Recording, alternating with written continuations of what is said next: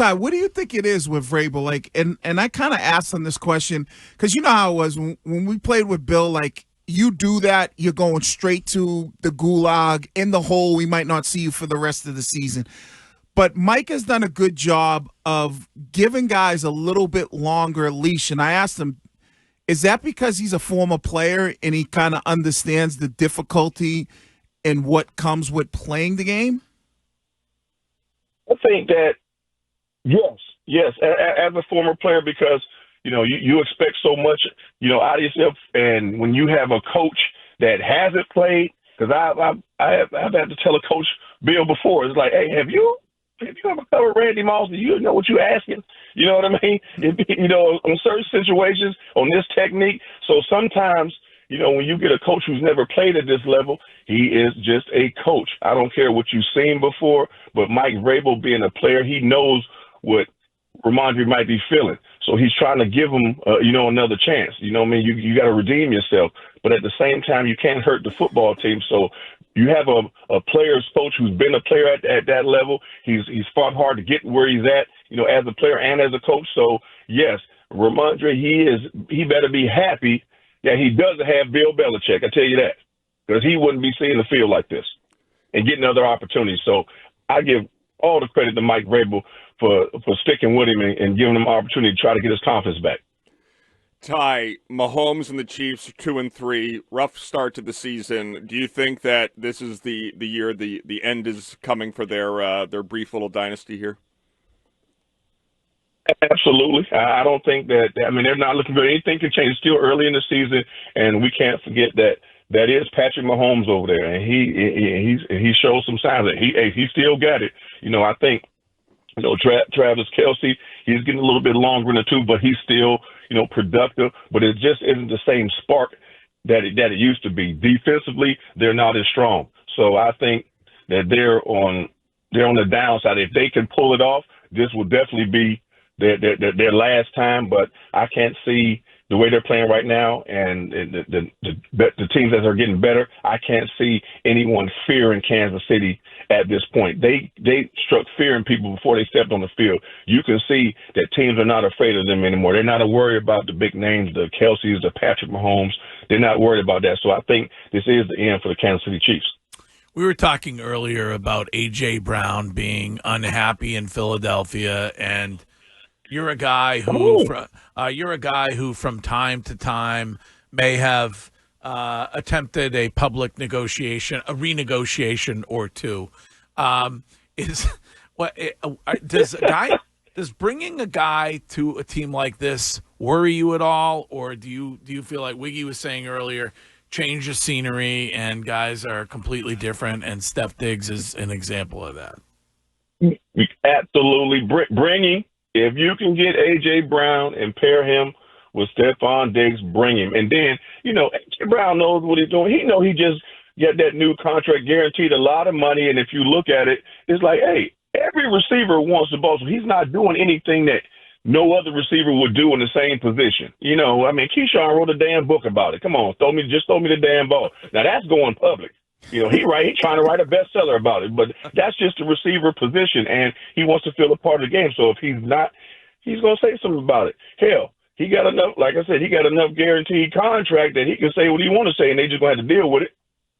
Ty, and I got one question for you guys, too, because, I just want to throw this out there.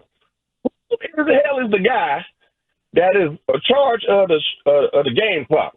Because, when they left 1 second on there, somebody need to call that out. You gonna tell me you gonna push the button right at 1 second to stop the clock instead of just nobody even missed that, and you gave an opportunity for us to score. So shout out to the guy in Buffalo who run the score clock, and left 1 second on there. We appreciate you, man. Whoever you are, man. From all Patriots fans everywhere, we appreciate you. But I know, don't take your ass outside in Buffalo, because that was just dumb.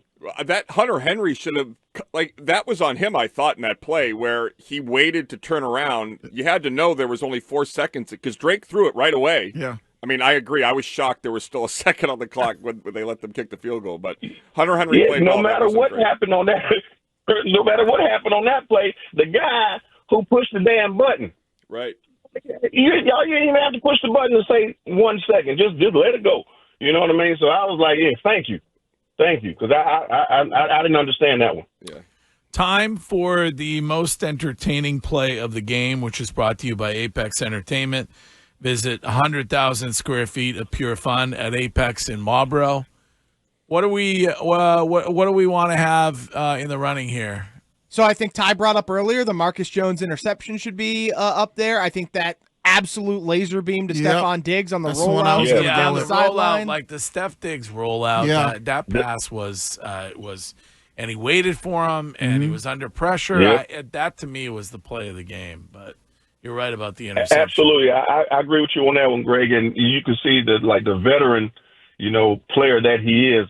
So you know what, get open and get downfield. And the way he toe tapped a couple catches out there, man. Stefon was on fire. I mean, 10 catches, man.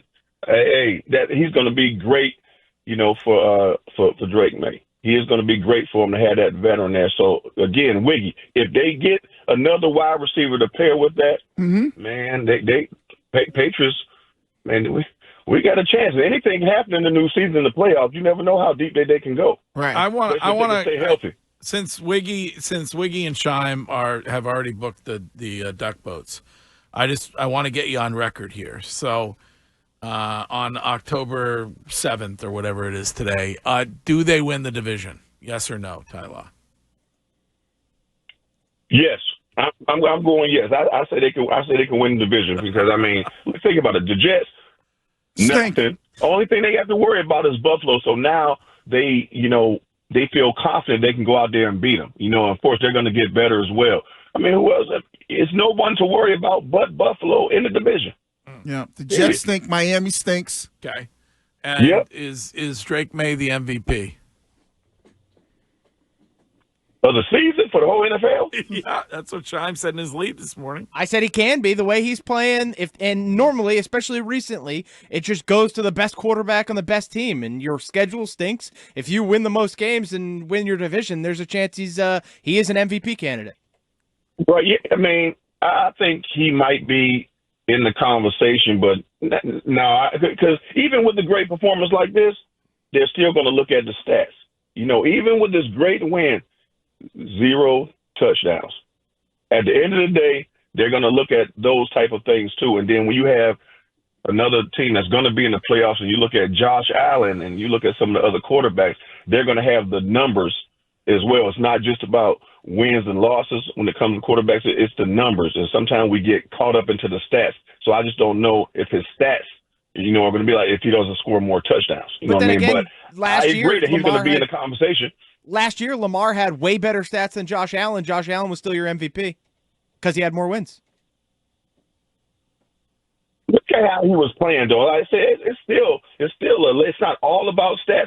It's everything in totality. But you still got to have stats to back it up. I don't know how his stats are going to be at the end of the day because he spreads the ball around, but you still got to put touchdowns out there. You got to do that.